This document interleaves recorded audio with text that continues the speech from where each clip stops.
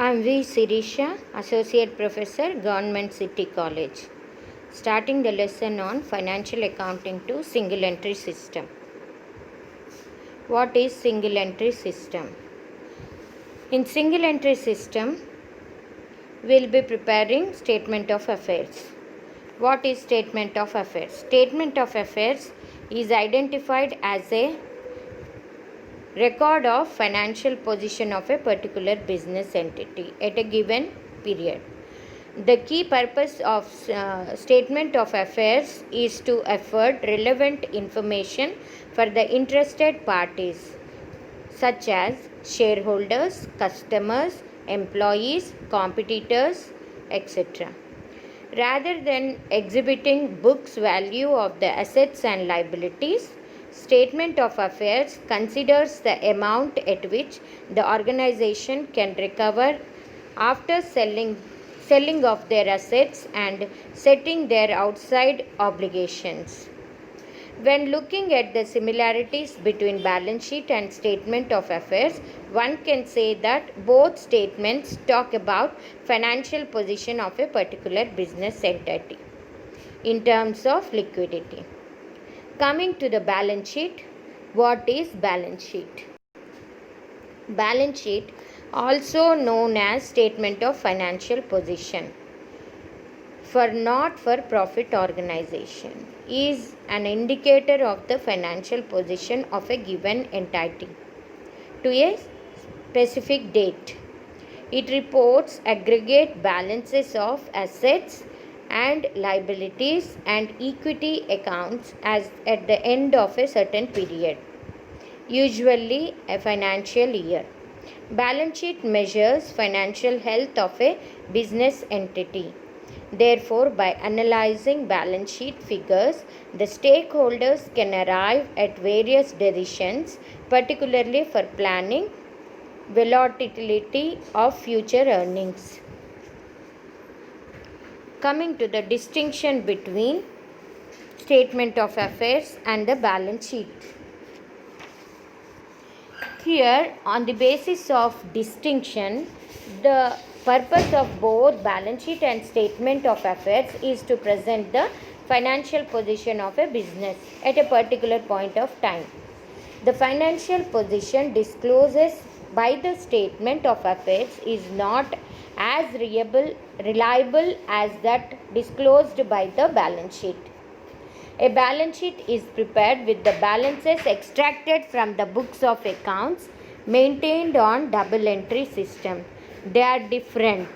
So, from the following aspects, on the basis of preparation, Statement of Affairs is prepared on the basis of some ledger accounts and the estimates, whereas balance sheet is prepared on the basis of ledger accounts. Ascertainment of capital. Here, on the basis of Statement of Affairs, capital balance is ascertained by the preparing Statement of Affairs as a balancing figure, whereas in balance sheet, capital account balance is taken from the ledger. On the basis of omission of assets or liabilities, in Statement of Affairs, omission of assets and liabilities cannot be traced, whereas in balance sheet, omission of assets or liabilities can be easily traced because of an agreement of both the sides of balance sheet. Coming to the estimated versus true. Statement of Affairs shows only estimated financial position of a concern, whereas balance sheet shows the true financial position of a concern. Here, coming to the ascertainment of profit or loss. How come you can ascertain the profit or loss in single entry system? Coming to the ascertainment, here we have the accounting records that are not maintained as per the double entry system but as per the single entry system are called the incomplete records. where the proprietor will be maintaining incomplete records. He only prepares cash account, debtors account and creditors account. He maintains all other accounts in a haphazard manner or not maintains them at all. Thus, in case of ascertainment of profit or loss becomes too difficult in single entry system. So, what are the methods of ascertaining profit from incomplete records? Here we have under incomplete system, that is single entry system, profit or loss for the period can be ascertained by any one of the following two methods. There are two methods, that is statement of affairs or net worth method, and the second one is conversion method. What do you mean by net worth method? Under this method, to know the capital at the beginning of the year or the last date of the year, capital at the last date of the year, the preceding accounting year, first step is to prepare the statement of affairs at the beginning of the year. On the statement of affairs should be prepared on the last date of the accounting year to ascertain. So, drawing should be added to the account of capitals as ascertained at the end of the year, and the capital introduced, if any, during the year will be subtracted. So, capital introduced, if any, during the year will be subtracted. The difference, that is third and fourth, the drawings should be added to the amount of capital, and the first one is to know the capital at the beginning. You have to minus the drawings minus capital at the beginning. It will be the profit or loss for the year. So, if the capital at the end is more, then it will be ascertaining the profit, or else vice versa, loss will be getting. The amount of profit or loss as calculated, the step number 4, that is capital introduced, if any, will be adjusted by the interest on capital and the interest on drawings to ascertain the net profit of the firm. This we will see it in the format. You can understand it well in the format. Net worth method I will explain you with the format so that you will understand it clearly. Coming to the conversion method. In the conversion method, under this method, system of accounting changes from the single entry system to the double entry system on a particular date can be done by the procedure. So, statement of affairs should prepare on the day on which the change need to be made. After the proper checking and verification of such balances from the available records, all the balances like cash balance, bank balance, assets, liabilities, debtors and creditors should appear in the statement of affairs. Coming to the format of combined statement of affairs, that is statement at the beginning of the year, statement at the end of the year. Statement at the beginning of the year will provide you with the opening capital, balance of opening capital. Statement at the end of the year will give you the balancing figure, that is capital at the end of the year. Coming to the format of statement of affairs.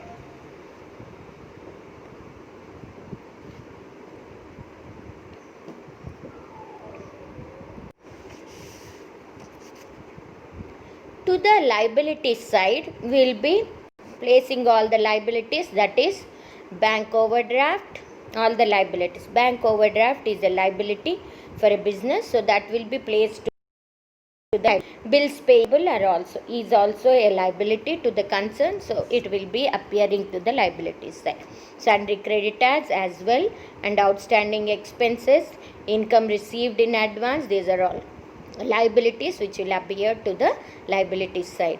And then to the asset side, cash in hand at the beginning will be placed in the beginning column, at the end will be placed cash in hand at the beginning and cash in hand at the end will be placed simultaneously respectively, and then it is an asset, so it will be placed to the asset side. Cash at bank and bills receivable, sundry debtors, stock, prepaid expenses, accrued income, so these are all assets, so will be placed to the asset side. Furniture, machinery and building, so all this is the format of statement of affairs. So the totals of assets always will be more. So the total of assets at the beginning of the year minus the total of liabilities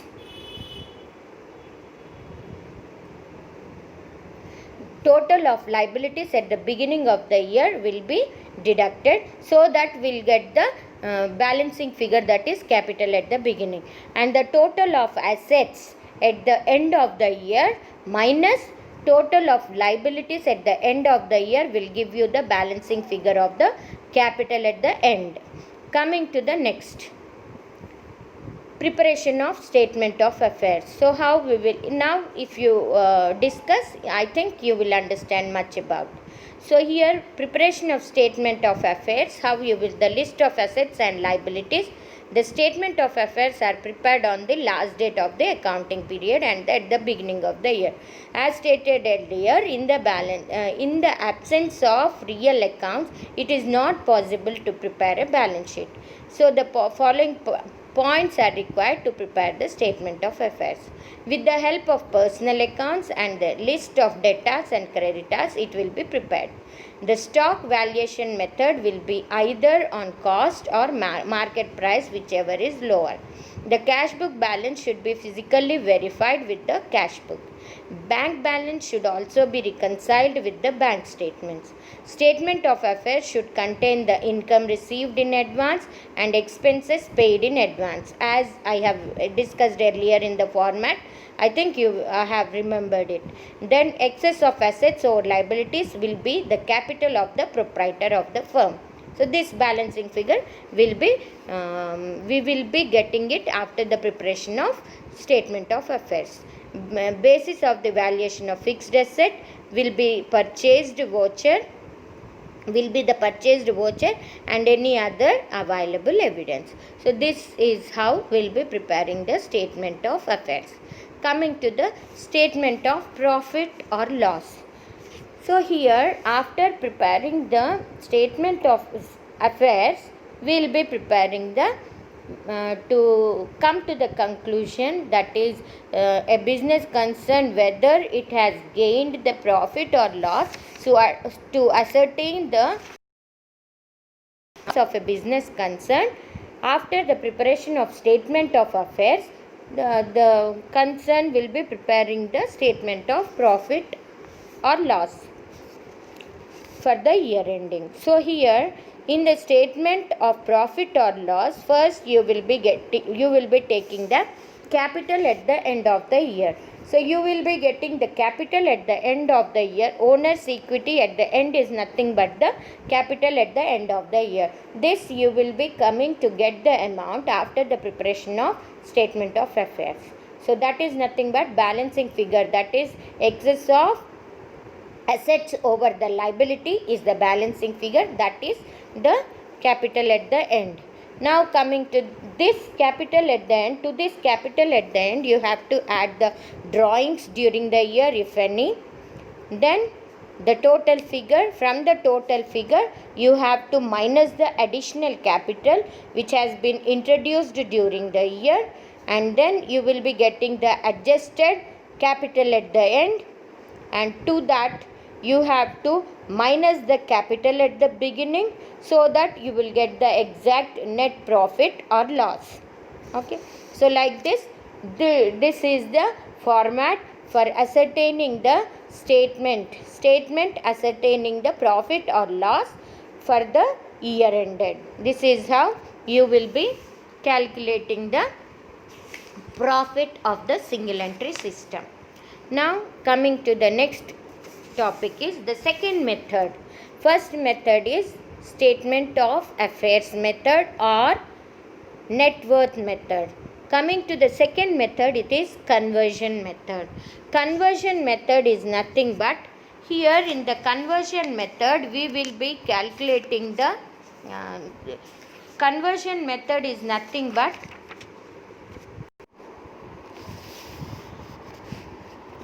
conversion method is nothing but the converting single entry system into double entry system.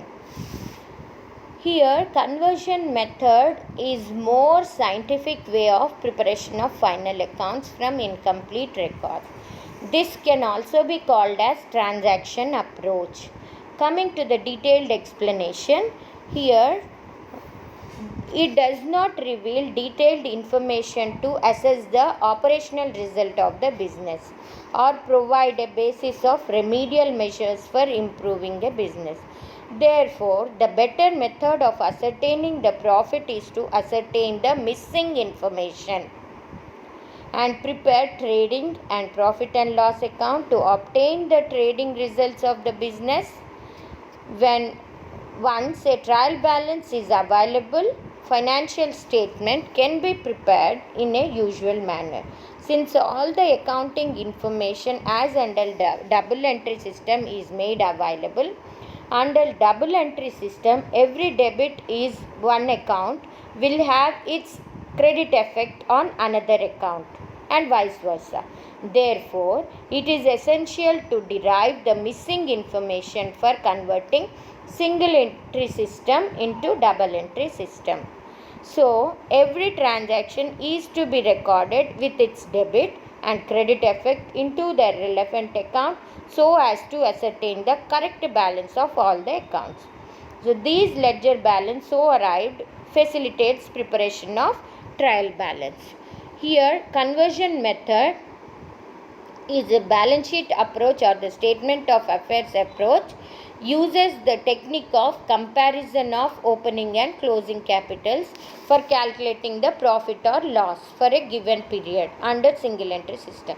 The biggest disadvantage here in single entry system is the details of revenues, that is incomes, and expenses are not disclosed by the statement of calculation of profit or loss prepared in the approach. It does not furnish necessary accounting information. The complete accounting information will not be displayed. Due to this limitation, another approach called transaction approach or the conversion method was developed. The conversion method is better approach for preparing accounts from incomplete records of transactions. The conversion method of single entry system tries to convert the records from single entry to double entry system and then preparation of final accounts from the same.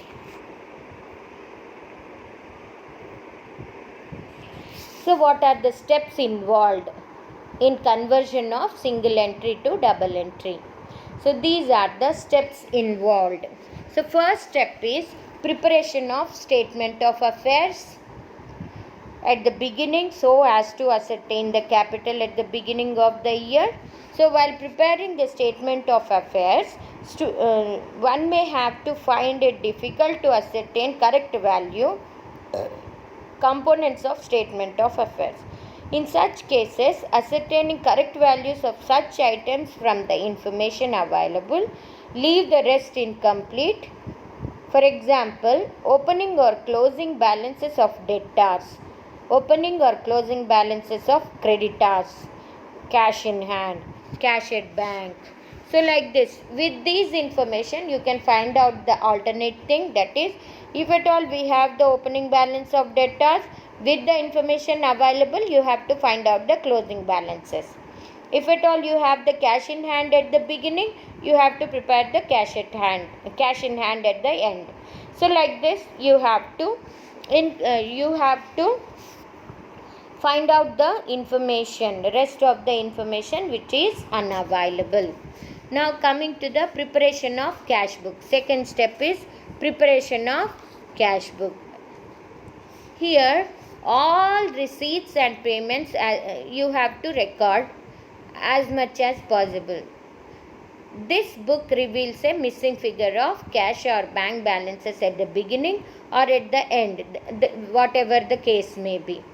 If both the figures are given, then also cash book must be prepared, because in that case any difference is there that can be traced out. Okay, either it can be sundry expenses or drawings or cash paid or creditors and cash purchases. In case of receipts, that is debit side, are greater than payments, then it will show the credit side. So like this, it represents cash sales or receipts from debtors. So whatever may be the difference amount, you can be traced out with the help of preparation of cash book. The missing information we can derive it from the preparation of cash book. Okay, so it affects the other accounts also. For example, cash sales missing in cash book influences the total sales of the business. Cash paid to creditors, if it is missing in cash book, influences the amount due to creditors and credit sales. So like this, if you prepare the cash book, you can trace out the missing figures. Coming to the third step is preparation of total trade creditors account.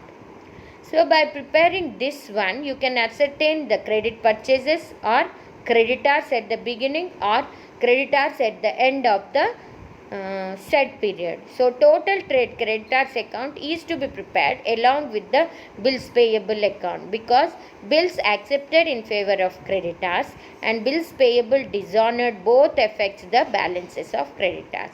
The bills payable account consequently affecting trade purchases. So like this, third is you have to prepare the total creditors account. The fourth thing is preparation of total debtors account.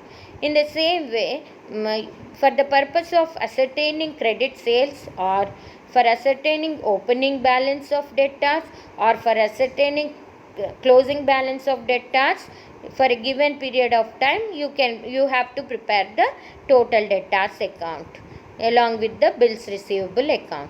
Since bills receivable from customers and dishonor of the bills both influences the balances of bills receivable account and the trade debtors accounts, thereby influence credit sales or debtors opening or closing, etc.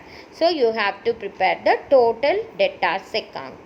Coming to the next one is, after the preparation of the cash book, total creditors account and the total debtors account, you have to ascertain the total purchases by adding the credit purchases and cash purchases and total sales by adding the credit sales and cash sales. Now coming to the next one, information related to nominal accounts. Incomes and expenses can be ascertained from the cash book. Certainly, certain items like purchase of assets, loan taken also will be available from the cash book. Some outstanding incomes and outstanding expenses may be given in the form of additional information with the help of cash book. Therefore, the information relating to nominal accounts, real accounts and personal accounts can be complete. Now it is possible to prepare the trial balance with the information what we have ascertained. The missing information, all the missing information we have ascertained. Preparation of trial balance is only to ensure that ascertained all the missing information. Now the next one is, now after the preparation of all these things, it is possible to prepare the financial statements. For the purpose of preparing financial statements, that is trading, profit and loss account and balance sheet for a given accounting year, it is essential to have the information. That is, in the trading account we need opening stock, we need purchases, direct expenses, sales and closing stock. For profit and loss account, we need indirect expenses, we need other expenses, other incomes. For balance sheet, we need all assets, all liabilities and capital at the beginning of the year and profit made for the financial year. So ascertaining all these items we have to prepare the above said accounts, all the accounts, that is cash book, creditors account, debtors account, bills receivable, bills payable account, like this, and opening stock. So like this we have to prepare everything to get the, this is all about the lesson, single entry system.